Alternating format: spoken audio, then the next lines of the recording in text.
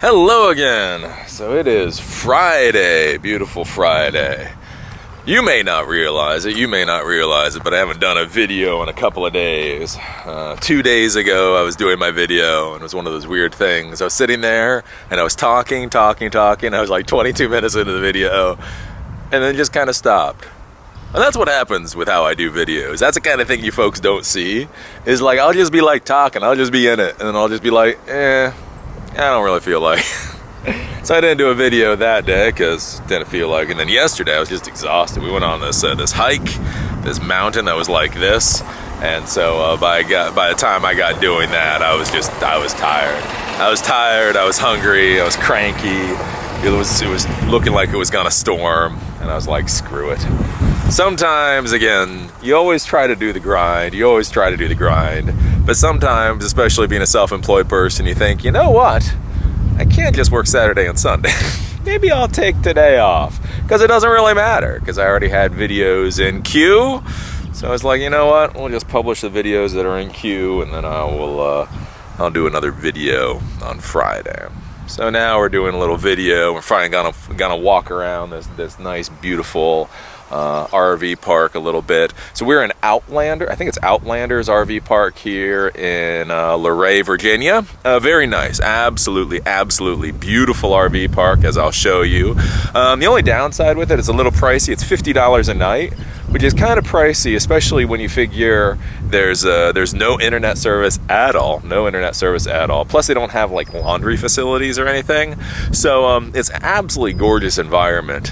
But you have to decide on the price on whether or not it's good without the amenities. I was talking with somebody, one of the locals here, and apparently, so there's like 3 RV parks in the area. There's Jellystone, which is like $72 a night. There's KOA, which is like 50-something a night, and then this $50 a night. Well, the Jellystone with the pool, with all the fancy stuff, at $70-something a night, and internet and all that, is completely full apparently. KOA with all the amenities is completely full, and then this place, we now finally have a couple of people here, but it's been pretty empty. There was a couple of nights where it was like 2 of us in this entire place. So I don't know, but it is a beautiful place if you don't need internet connection. So we're gonna wander, we're gonna talk a bit. First thing we're gonna do is we're gonna look at this like adorable little travel trailer. So that's our big old travel trailer over there. And then this is what we call an eeny weeny meeny travel trailer. So the first travel trailer that we had, that we towed with literally a Ford Escape, was actually bigger than this thing. So this right here is literally about as small as you're gonna get. That is a porta potty on wheels. But just to give you an idea as far as prices and things are concerned, so we saw something about that size that was an Airstream. So Airstream is like the Apple of travel trailers, and that's $46,000. Something like this from a company like Viking or whatever, probably a little guy like this is probably between $6,000 to $8,000. They'll probably try to run you up with, different fees or whatever. But a little guy like this really is pretty inexpensive. And one of the things, too, you have to think about is when you get a little guy like this, a lot of times the bed, basically the dining room table and the little kitchenette area folds down into a bed, which seems like a real pain in the ass because you think, oh, that really sucks. That means like every day, I have to turn the bed into the dining room table to have breakfast and meals and all that and do the same at night. But the one thing that I will have you think about is if you're going to be using the travel trailer basically only in the summer or only in good weather, do realize when you go to trailer parks that they do give you always a picnic table. So one of the things you can think about is basically when you get something like that, that has your bathroom in there, that has your bed in there, has your kitchen in there, but then instead of turning your bed into a dining room set or whatever every day, you can just eat outside. Again, that is if you're going to be using it in good environments. So again, that's one of those things to think about. But that's a little guy right there. I don't know. That's probably like 3,000 pounds or something like that. You can tow that with a little truck. You got a little eeny weeny truck, you can probably tow that little thing. But yeah, there's all kinds of options. Then of course you get one of these big guys over here. This is what we call a fifth wheeler. Ooh. Is it ooh? What did Tim Allen used to do? Ooh, or whatever. Yeah, someday. I don't know if I want a fifth wheeler though.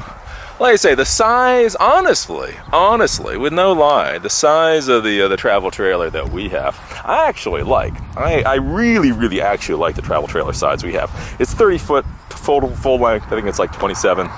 usable space or something. With the double slide outs, it's really nice. Really, the only qualm I really have with our travel trailer overall is just the build quality to it. Again, I am a Whole Foods guy. I am a Ralph Lauren guy.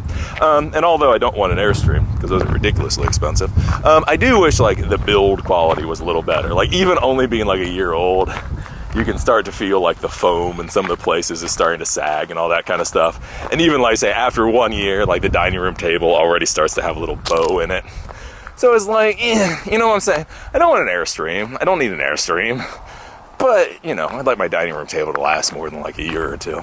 But, you know, otherwise, like I said, that is one thing you have to think about, like with the size of trailer, if you go for a trailer, is just realize the smaller the trailer you have, the easier it is to deal with. So when we had the Ford Escape and the small trailer, I could get into any, like literally any gas station and have zero problem. You just get into a gas station, you do your thing, you get out. Like in the number of months we were traveling around with that, I only had one problem in one little weird ass podunk gas station, and then I just had to back out. The problem is once you start getting to bigger trailers, like even the trailer size that we have, the bigger you get, the more of a pain it is to do things like simply fill up the gas or move it into places, right?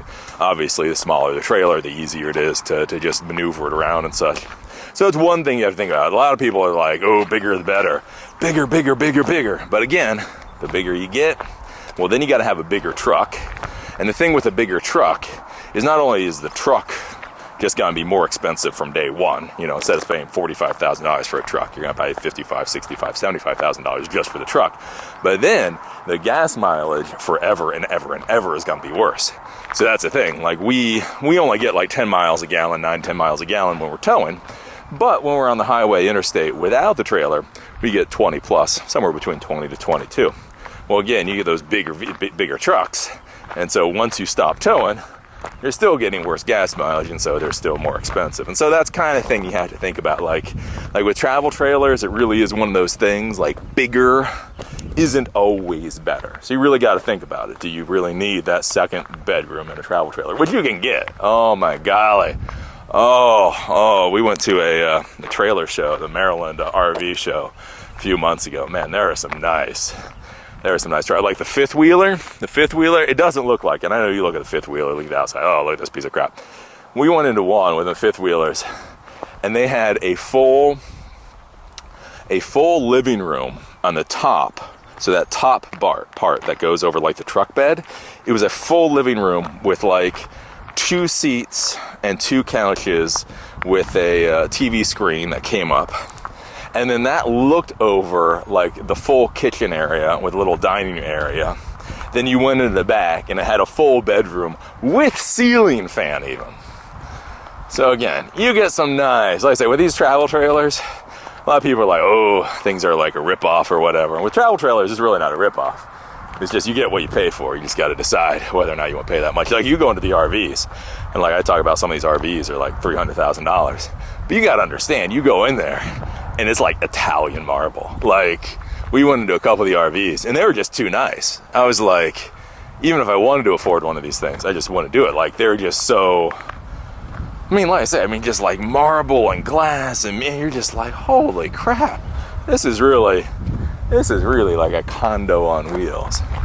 So yeah, anyways, that's some thoughts about the RV. So I don't know what video quality you're going to be seeing this at, because I am now going to be using compressor. So I purchased compressor the other day so that I could encode these videos in a smaller form so that I can upload them while I am on the road.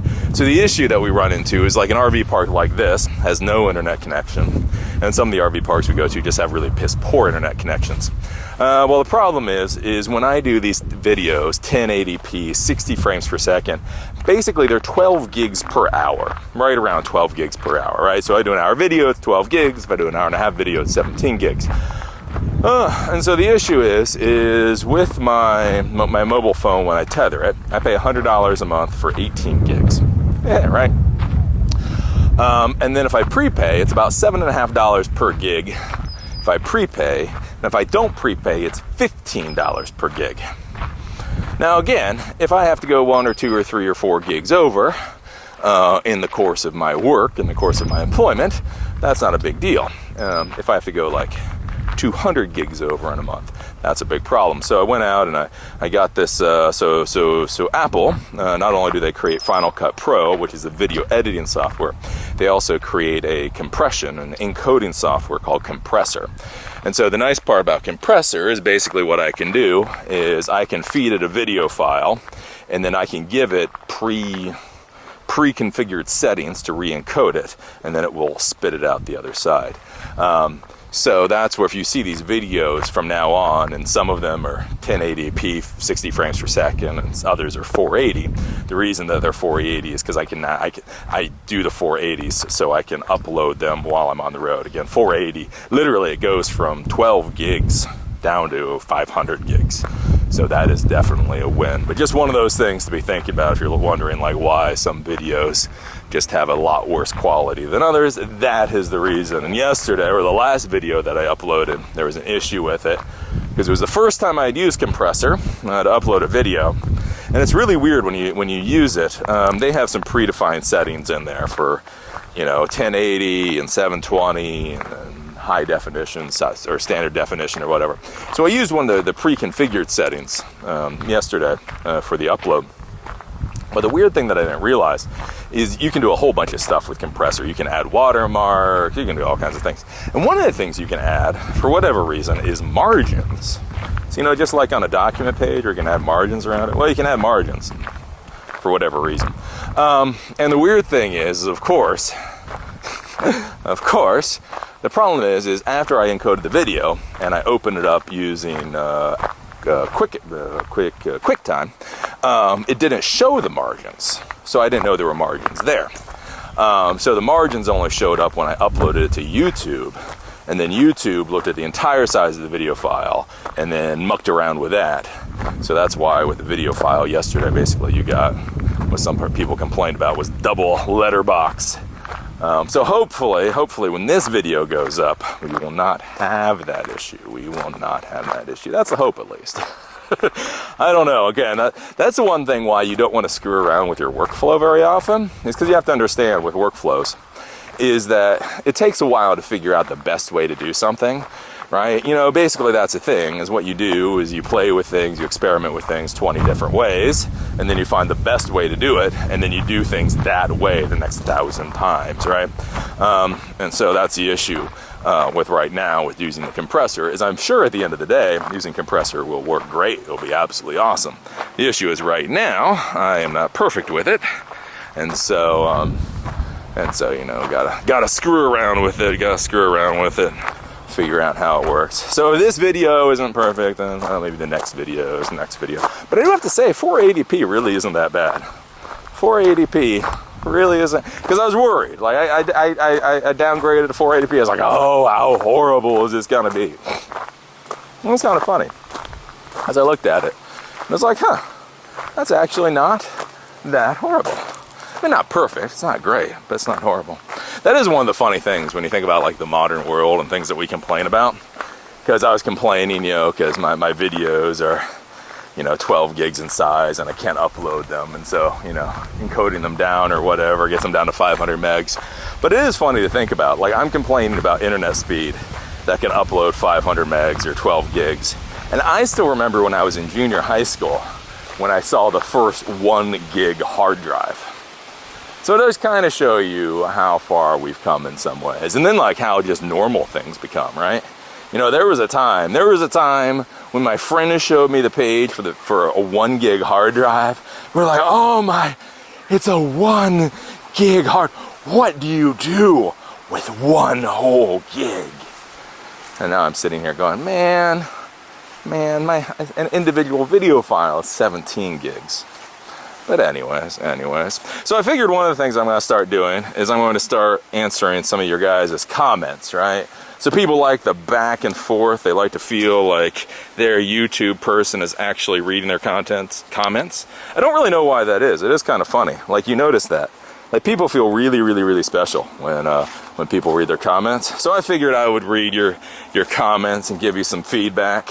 Because as I say with this fail normal channel, basically this is, you really can't think about this like a normal vlog. You really can't think about this like a normal, when I say video, class video or something like that. I mean, basically, the entire point of this, and this is what I think people miss, is this is the type of thing I want you to put on for an hour in the background while you're fixing a server or while you're doing something else. This is like an hour-long talk radio show every day. More talk radio, less whatever the hell everybody else on YouTube is doing. Okay, let me see here. So, let's see here.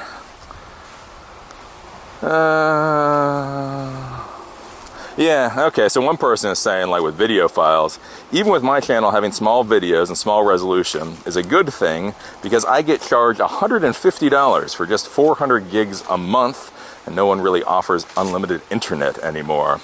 So that is one thing you have to be thinking about, like when you do create things like video files.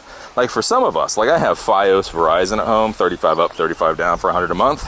And so like a lot of times when you do things like create video files or anything else, you know, you think about like what you have. And one of the things you don't really realize is a lot of people, especially in YouTube, so many of our viewers are international. And again, I have viewers in Thailand and India and Cambodia and all that kind of stuff. So even when I do 1080p 60 frames per second, there's a lot of people out there that can't actually watch it. I got a lot of comments like that. Like, oh. It's like, yeah, I see you do 1080p 60 frames per second. Frankly, I've never seen that quality because I don't have the bandwidth for it. Let's see here. What sushi restaurant here do you like? In the Baltimore area? Oh, hands down, Chayo. Chayo. If you're in the Baltimore City area, it's called Chayo. It's in the Mount Washington. Best sushi. Best sushi. Let's see here. Shenandoah is absolutely beautiful. Let's see. Success, happiness. Eli, how important are subscribers to the success of a YouTube channel today? Because I noticed that I haven't looked at my subscription page in longer than I care to remember.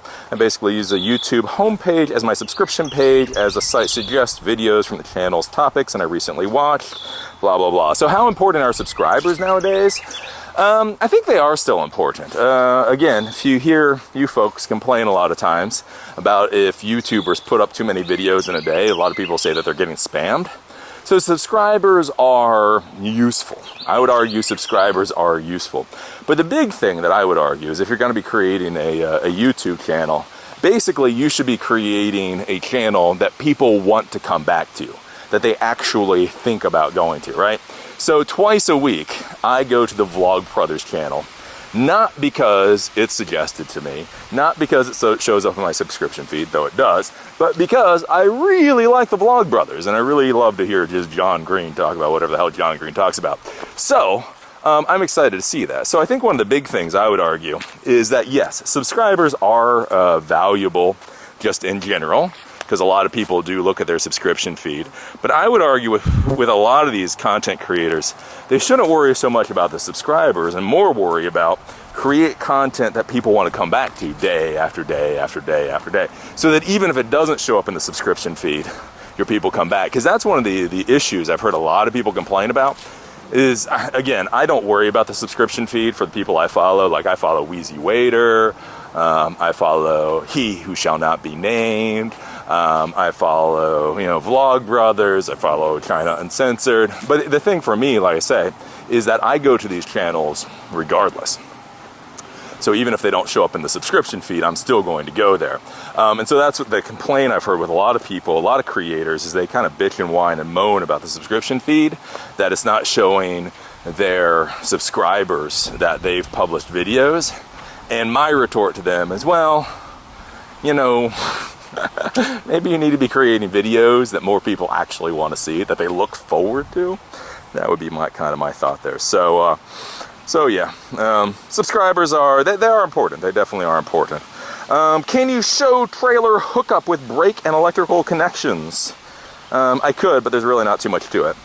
When you hook your trailer up to the truck, basically there's one plug and you plug it into the back of a truck. It looks like a weird fangled power outlet, and you just plug it in, and that gives the trailer power, gives the trailer brake connections, it gives that whole 9 yards.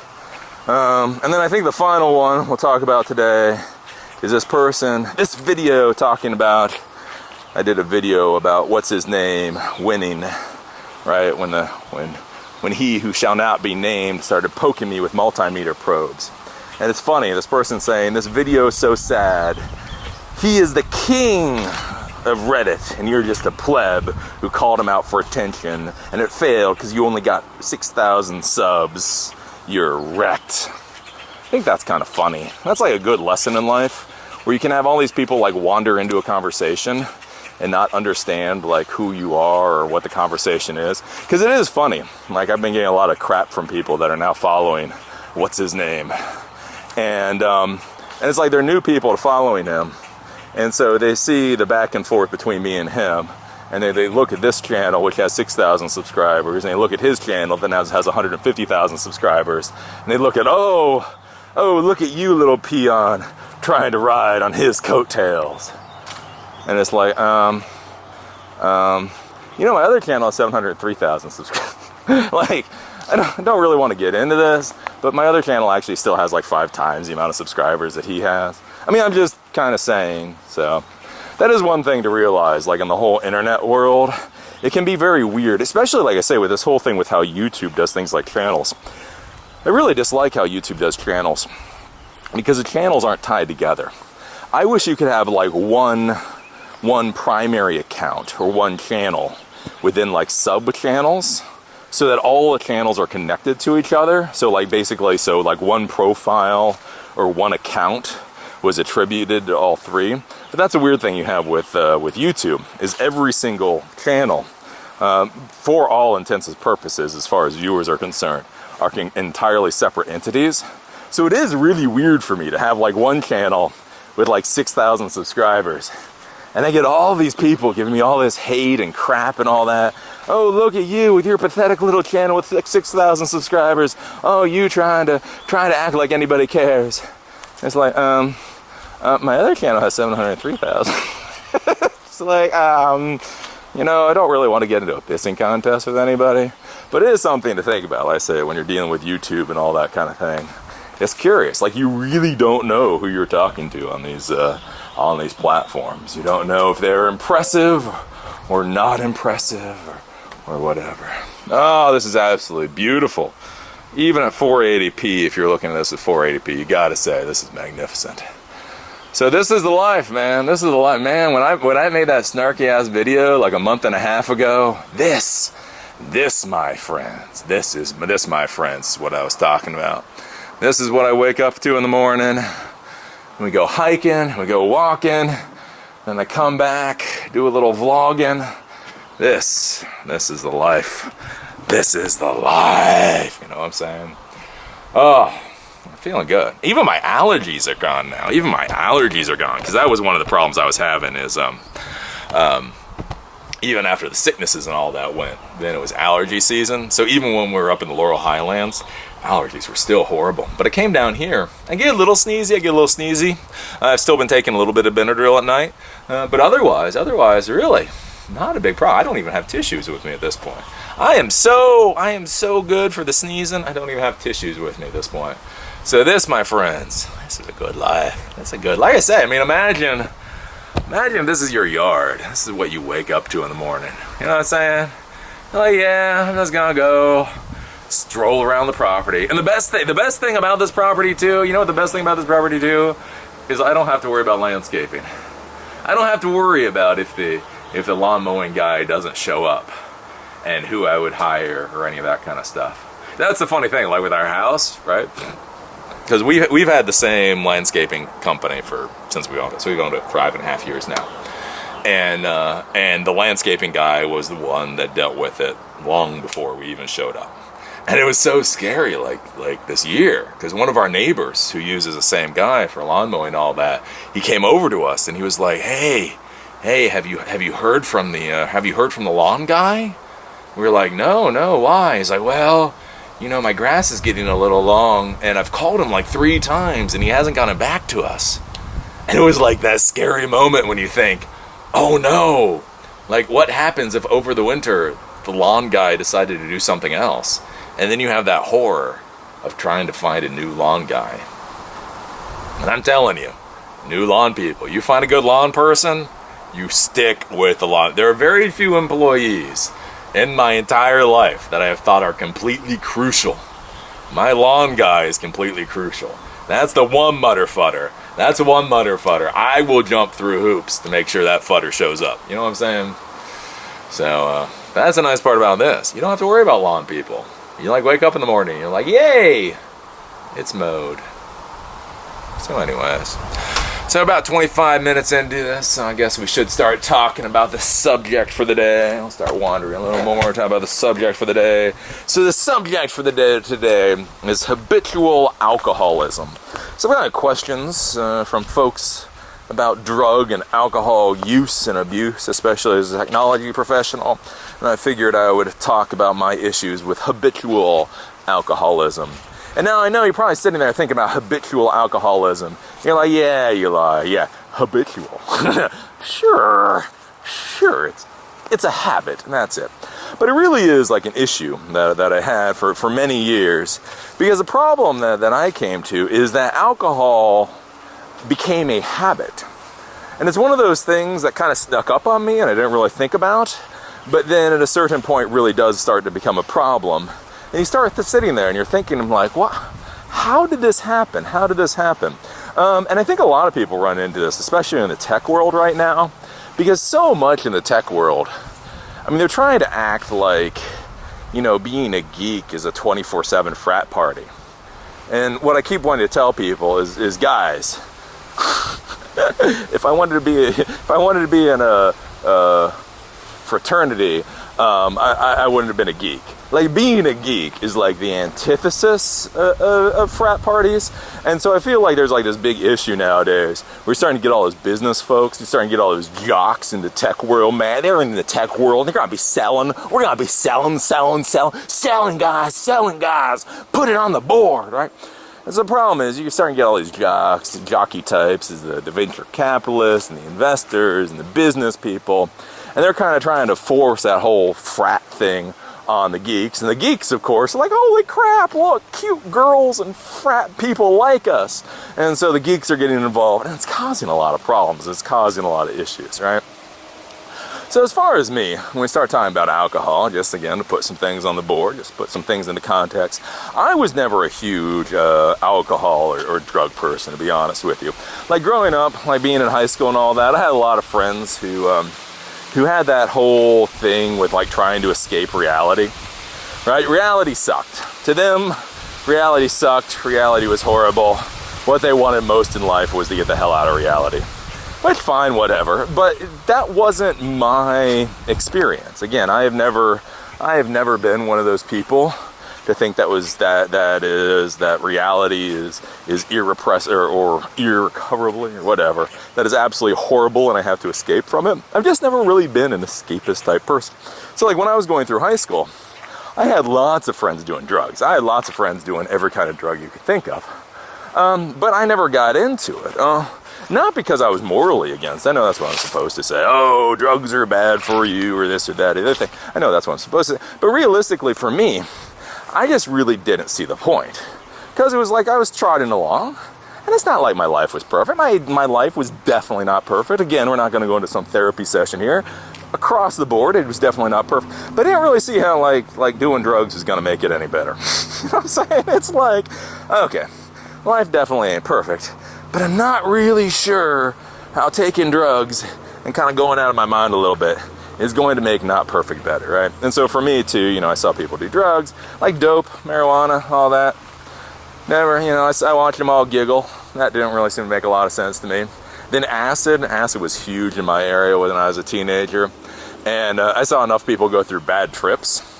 It's like, I don't know, maybe I'll do that. And then you see somebody have a bad trip and like put their foot through a wall. And you're like, or you know what, I'm fine, to be honest with you. You know, again, life may not be perfect, but I don't have a broken foot.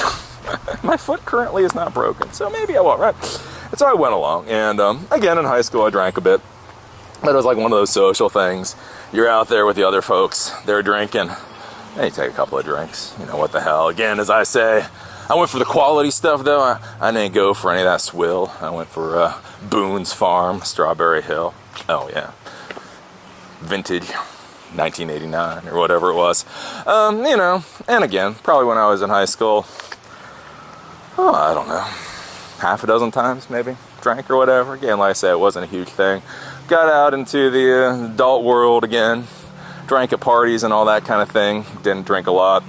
Went in the military, did all that kind of stuff. The only time really as an adult, I purposely got into the drinking thing for less than the best reasons, was, as I've talked about before, I did suffer from PTSD from some of the wacky stuff that I did. And so there was probably about a year in there where I'd go to the liquor store probably every 2 to 3 weeks, and I'd pick up it was like the $9 to $10 bottle of Bacardi. I know my alcohol so poorly, I don't even know what size that is. I don't think it's a pint, not a quart. Sure as hell ain't a quart. Maybe it's a pint. I don't know, whatever it was. It wasn't like the smallest Bacardi, definitely wasn't huge, whatever. A decent sized bottle of Bacardi. And I would drink that till I blacked out. That was probably the unhealthy reason for doing it, and that was just because, again, if you've ever had PTSD, there's only so many times you really want to sweep your house in a night. You know what I'm saying? Like grabbing a weapon and going through your house and looking through closets and stuff to make sure there's no intruders. You know, that kind of stuff looks really good in the movies. After you've done it like the third time in a night and you're feeling freaking OCD as hell about it, it really starts to get lame, right? So basically, good or bad or whatever, I used alcohol to pass out every once in a while from that. But really, that was the only time like I used it much in adulthood until I went to Europe, to be honest with you. Like even when I turned 21, I didn't actually go out and buy any alcohol till like a week later. Again, you know how stupid my life is sometimes. It's so funny, like everybody else had these big 21 years. I was working. I was working my ass off, as I always did. And so basically, it was like a week after I turned 21. It's just one of those random things. Like I was like, I'm 20. I think maybe I got like my new driver's license, because I think here there's a different driver's license between when you're under 21 and over 21. So I think it was like that thing. Like maybe it was like a week after and I got my new driver's license or something. And there's one of those, I just kind of staring at my driver's license. It just hit me like a week later. Oh, I'm 21. And so I went out and bought a 6-pack of beer. You know, not to get wasted, not to have like the party of a lifetime, just because, well, you know, I am 21. Seems like I should go out and buy a 6-pack of beer. So I went. Like I say, that was kind of like my relationship with alcohol. A little bit bad, but pretty, didn't give a damn most of the time.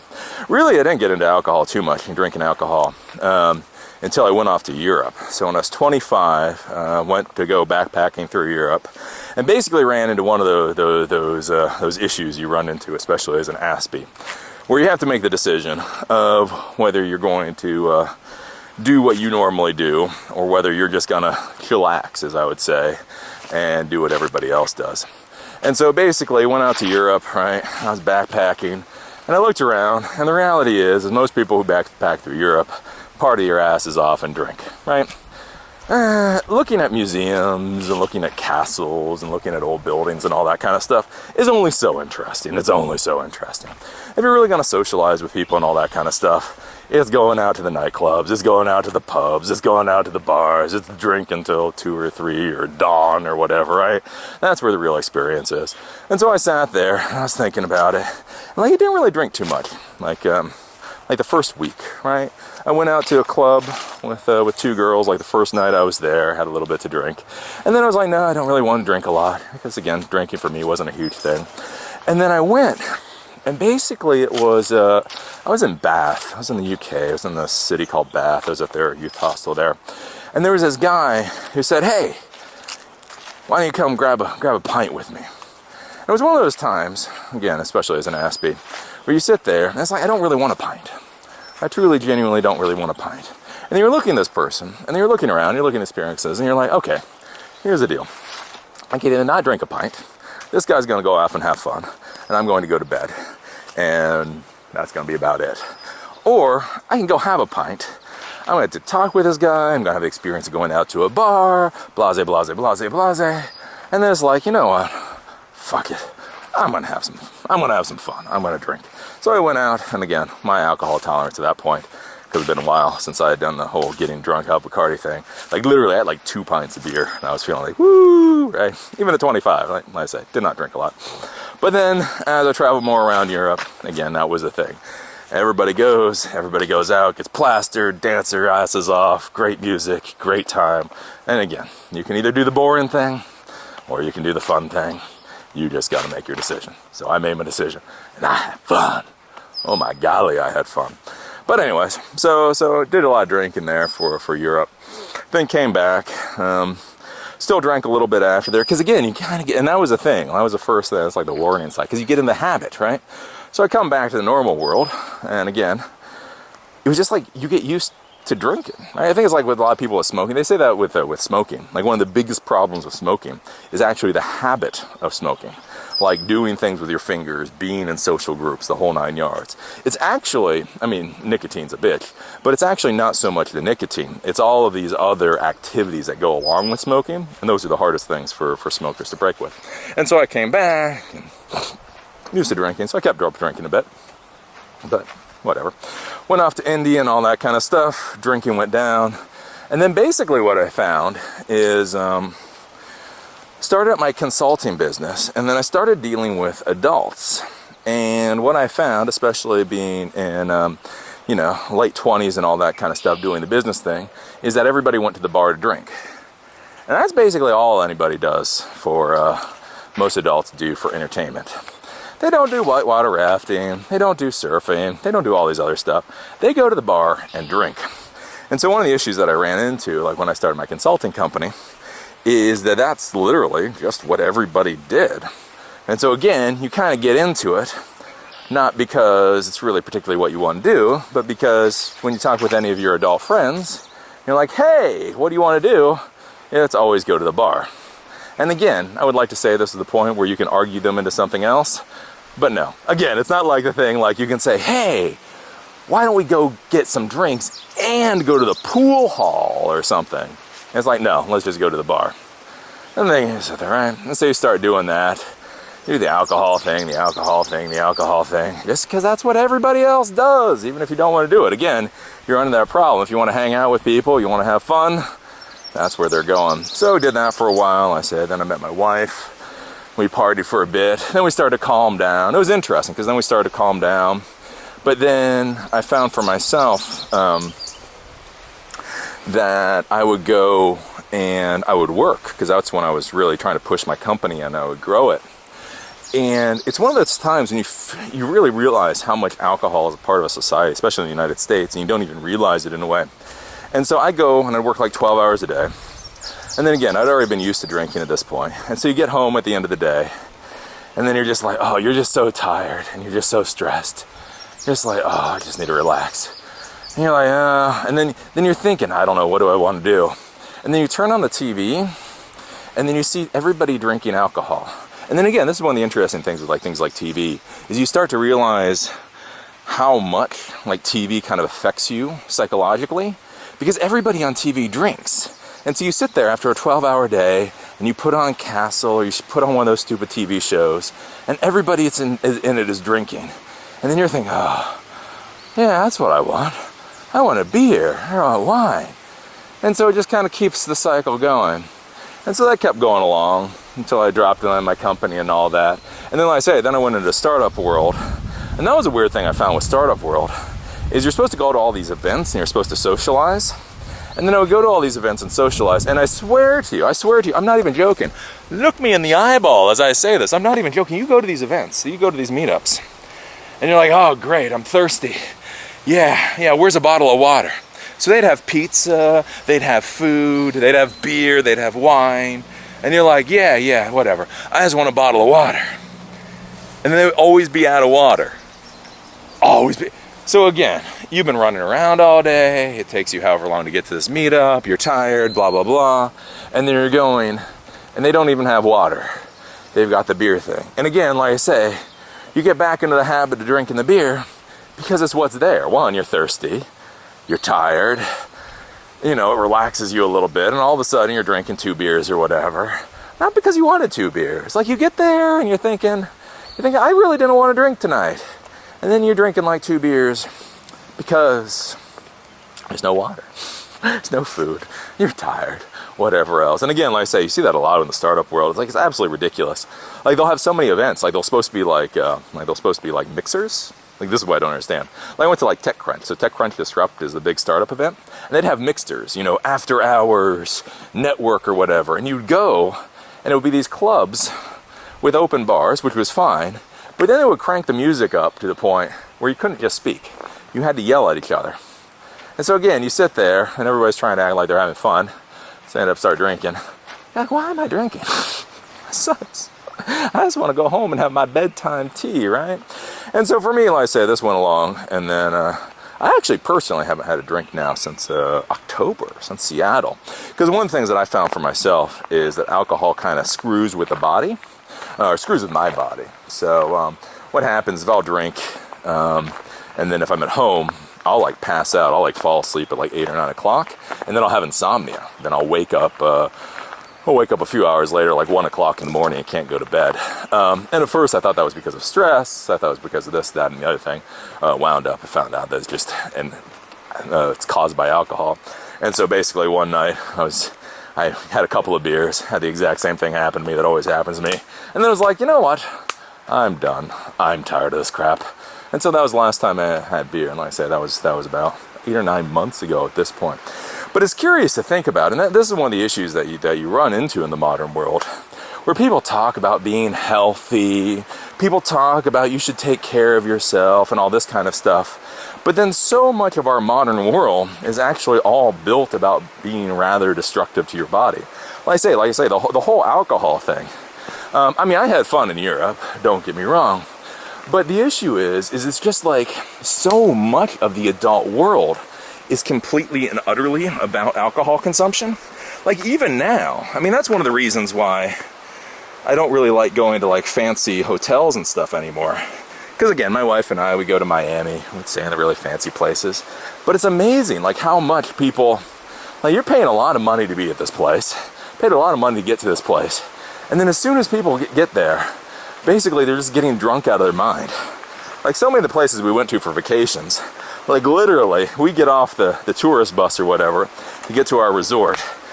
We would be going to our hotel room and like everybody else is going straight for the bar. And it just becomes like this normal thing that everybody does. And so that's why I call it habitual alcoholism. That's what you have to think about is this really what you want to do? Are you drinking because it's fun and enjoyable? Which is fine, right? If you want to drink because you like alcohol and it's fun and enjoyable and you feel it makes your life better, good to go. But again, so much of it is just like this habit. It's like what everybody else does, and so you do it too. And so you just run into this issue in life. And I don't really I guess for the young folks, I'm supposed to give you some kind of guru answer here, but I don't really have the answer for you, right? Because it's so ingrained, especially like I say, American life, that it's really hard to get away from. It's kind of one of those things, like if you drink, you can be around a lot of people and people will like you and it's great and wonderful and all that kind of stuff. And if you don't, well, then nobody really cares, right? So that's where, I don't know, you just have to kind of make some of those hard decisions sometimes. Yeah. Don't have any perfect answer there. So that's kind of like my thought on habitual alcoholism. Is like one of the things you have to think about, like I say, is when you're drinking, are you drinking because you enjoy it? Then that's fine. Are you drinking because you're an addict? Well, then you should go off and find help if you want to get help.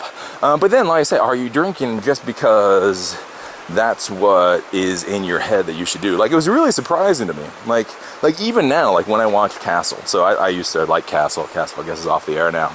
But it really is amazing, like how Pavlovian it is. Because I would be sitting there, I'd be sitting there like 8 o'clock at night. And then like every episode they're always drinking alcohol. And it really is this kind of funny thing, like, oh, I'd like a glass of wine right now. And you start thinking about it, and like, where the hell did that even come from? I wasn't thinking that I wanted wine before. I wasn't thinking that I wanted alcohol. But now that I'm watching these people on TV drink alcohol, oh, I really would like some alcohol, right? And yeah, just something to think about there. Something to think about with alcohol and all that.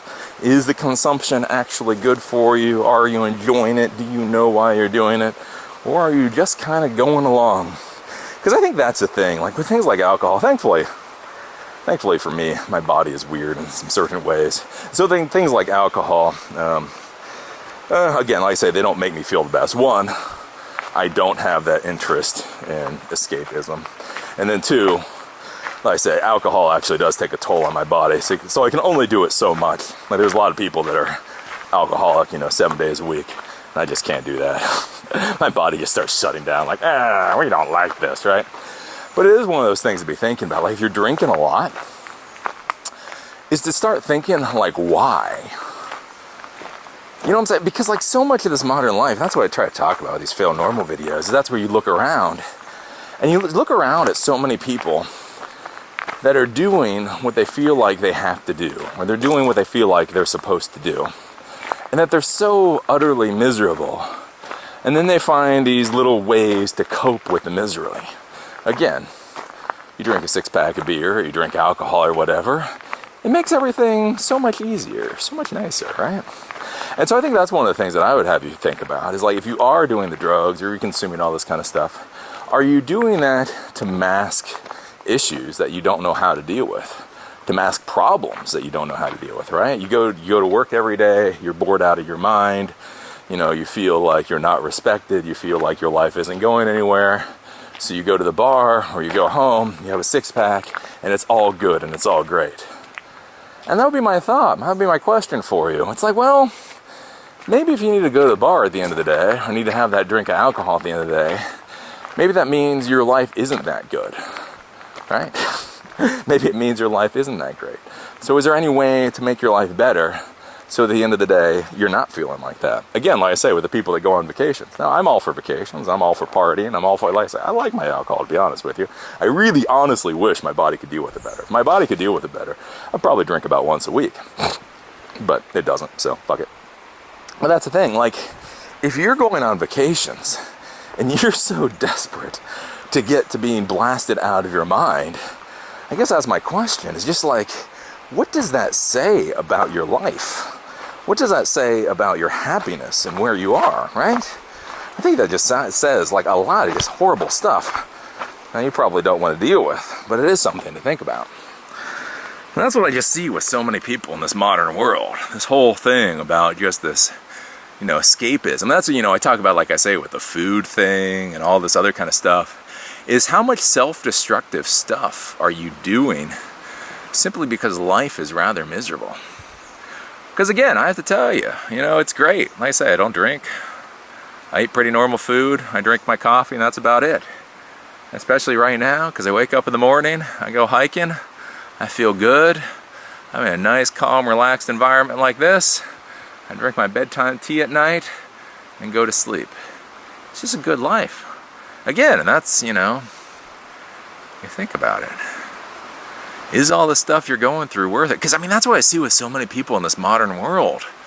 And like I said, I really do. Like I say, I would go out there with my friends. And it was so hard.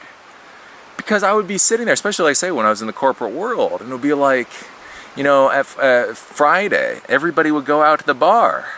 And again, I remember, like I said, when I was in the corporate world, and I looked at one of the people, and I'm like, how about we go to a comedy club? Again, I'm not saying don't drink. Again, I like my alcohol, don't get me wrong. I like my beer, I like my Boone's Farm. Well, I don't like it anymore. But you know what I'm saying? I'm not saying anti-alcohol, but it's like, hey, why don't we go to a comedy club and drink? No. Why don't we go to a pool hall and drink? No. Why don't we go to a bowling alley and drink? No. Basically, everybody just wants to get to the end of the week and get plastered. And you just sit there, and you're like, really? Is that why I spent 12 years in the public education system and 4 years in higher education and went through 1,600 hours of technical training? Did I go through all of that hell just so I could then get a job where the most important thing for me is getting to Friday so I could get to the bar? And a lot of people it is. It's like, is this happiness? Is this what we're going for? So it was something I'd have folks think about. Again, like I say, I don't know. Because I got into it. Like I say, I've had a lot of drinking. Like I said, because I had a friend of mine. That was the thing. I'd go out drinking with a friend. And it was so hard. Because that was the thing. Like, I would tell him, like, yeah, you know, we've been drinking a lot. I want to hold off. And then that would be it. It would be like, hey, what else do you want to do? Go to the bar. Go to the bar. Go to the bar. I don't really want to go to the bar tonight. Can we do anything else? Go to the bar. And then again, what else are you going to do? Like I say, they're so insistent, and then you end up going to the bar.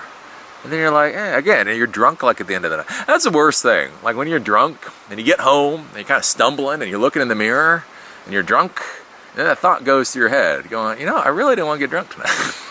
You know what I'm saying? You're sitting there, and you're kind of like stumbly, and you got that little drunk, and you're like, huh, I really didn't want to drink tonight. I really, that wasn't the plan. And, but it becomes such a habit. So if you're worried about your alcohol consumption, I think that's the big thing that I would say, is just look at your life, look at the people that you hang out with, look at the activities that you do, and figure out how you can change it. And again, one of the things I'll say that probably shouldn't have to say, but the truth is your life without alcohol may be a hell of a lot more lonely than your life with alcohol, right? Because again, so many people in this modern world, they're just so desperate for that release, especially as adults. And the problem is that you get away from it. And, yeah, right? It's just true. Everybody wants to drink. As soon as you're like, no, I don't drink anymore, all of a sudden, people don't return your phone calls as much. But again, that's one of those kind of things you just have to think about.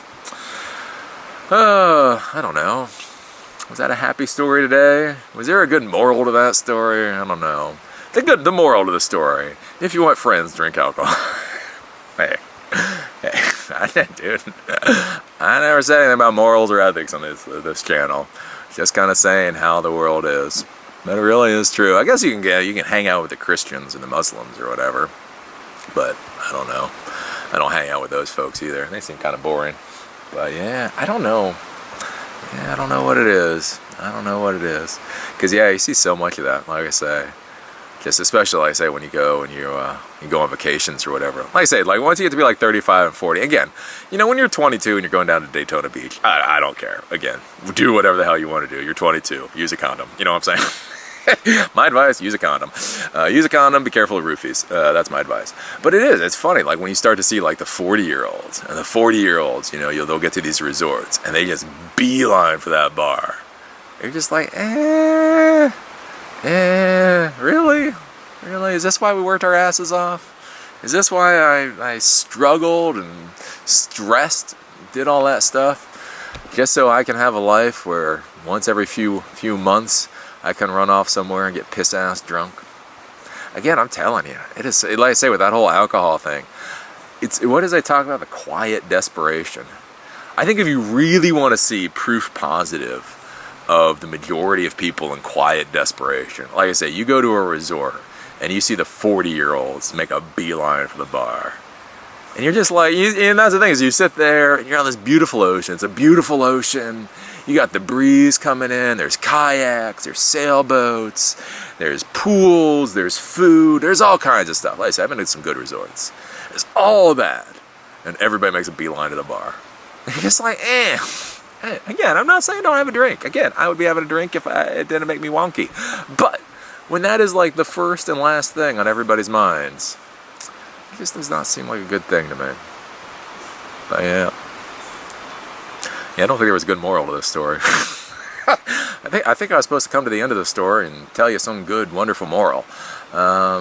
Yeah, for me, like I say, as far as, like I say, the alcohol consumption goes, I basically got out of it. Because I was worried. It's like, you know, do I have alcohol dependency or any of that kind of stuff? And again, the reason for me that I even know it's been, so like when I say October, you know, I say, oh, it's been October. I know some of you folks like, oh yeah, Eli's on the wagon.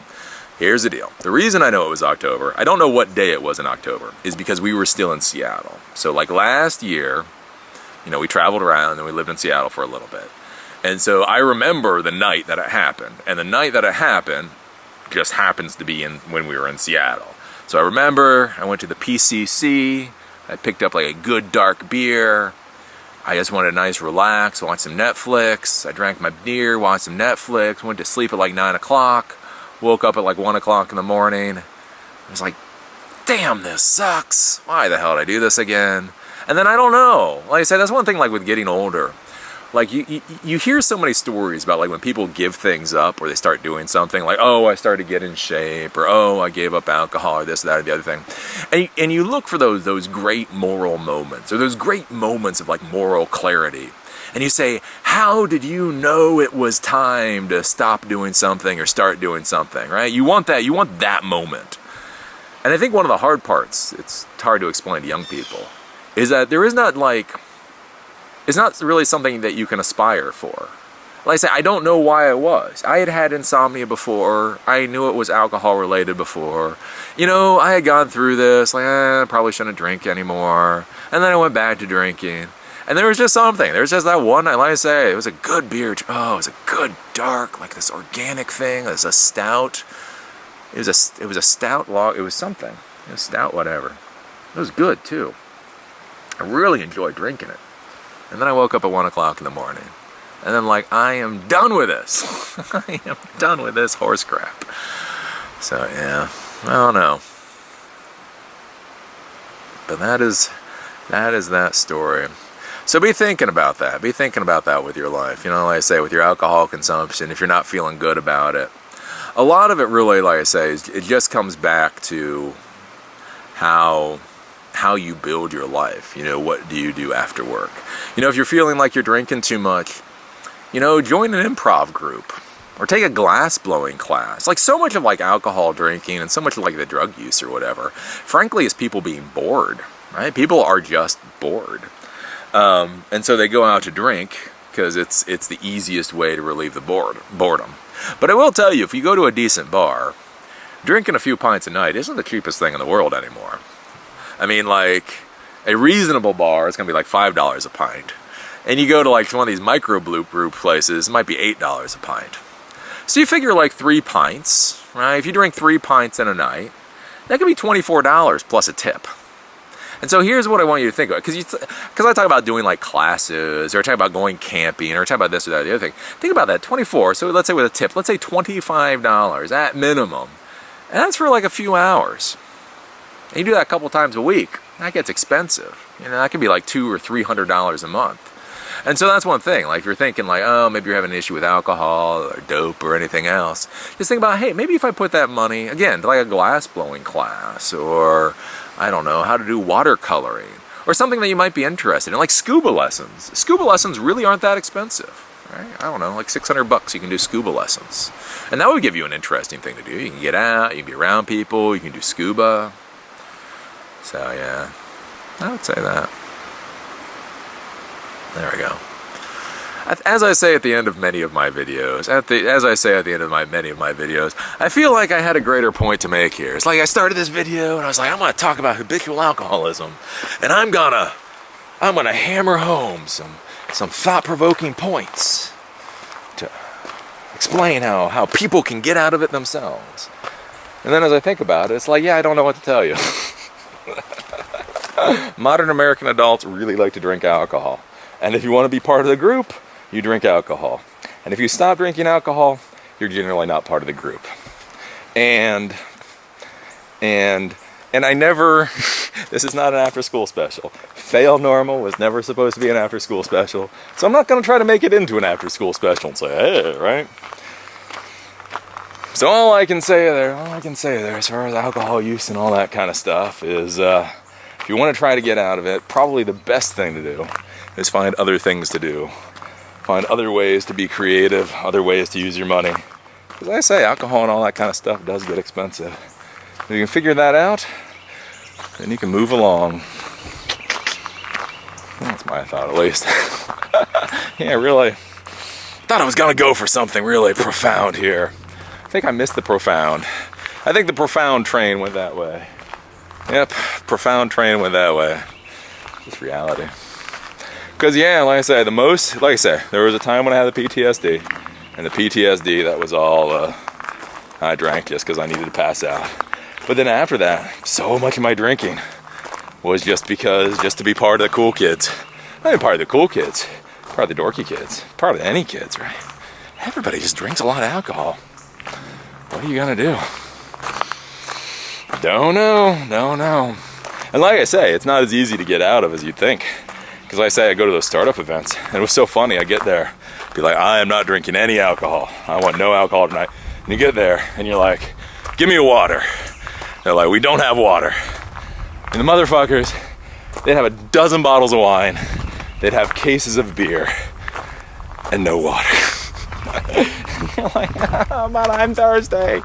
I don't want to have a beer. Because if you drink one beer and you're talking to people, then you probably have 2 beers. And then you're just like, ah.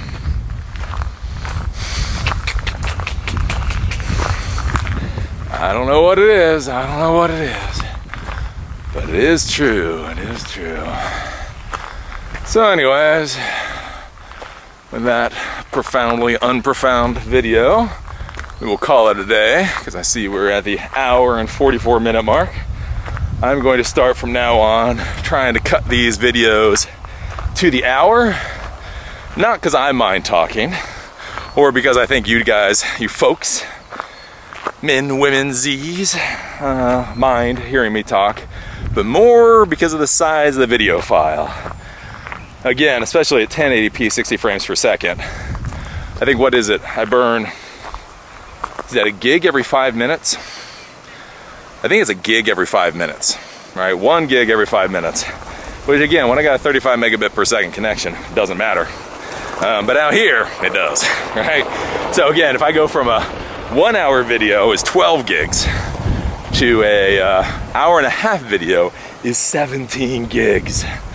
So I'm gonna start cutting it off right about this hour mark, just because bandwidth, you know what I'm saying? So with that, we'll give you another fine view. Even if you're seeing this at 480p, it should still be beautiful. So again, this is outside of Luray, Virginia. We're out here taking a look at Shenandoah National Park. And again, I have to say, absolutely beautiful, absolutely awesome. The only downside to Outlander's RV Park is there's no internet access at all, even bad, none.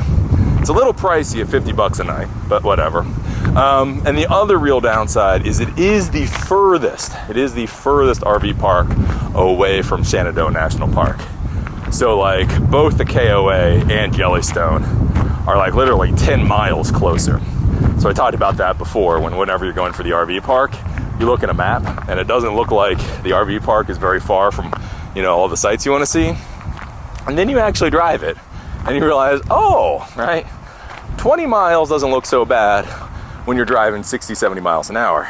20 miles when you're driving 35, 45 miles an hour is an entirely different story.